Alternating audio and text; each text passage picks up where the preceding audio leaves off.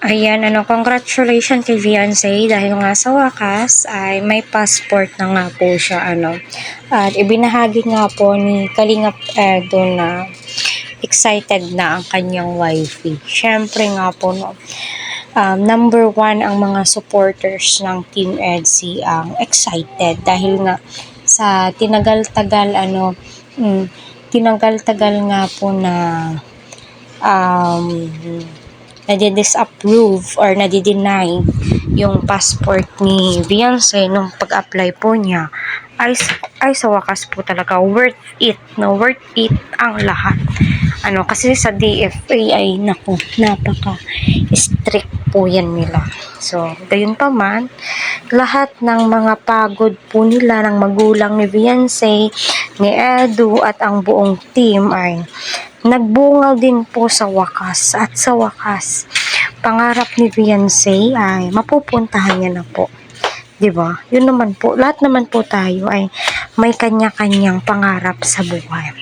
At buti na nga po si Beyonce ay andyan yung supporters niya, sponsors niya na handa po silang suportahan all throughout.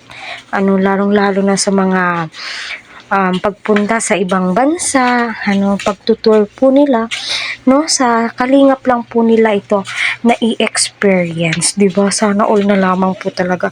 Kung maaga lang po na nakuha yung passport or hindi po na deny, no, kung nakuha agad ng mga magulang ni Beyonce or na-process agad, sa malamang ang Team EDSI ay nakasama doon sa Thailand.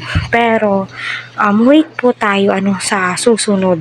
Kasi nga po gagawin po lahat nila Kalingap Prab at pinapaprocess na ata yung visa, 'di ba? Di ba, sana all na lang po talaga Diyan mo masasabi na solid po talaga ang samahan ng EDSI. Kahit si Edu, ramdam mo, no, the way na nakikipag-usap po siya sa kanyang ka-team, ay excited po siyang ibinahagi na si Beyonce ay nag-open sa kanya na excited po siyang makapunta sa Disneyland, no?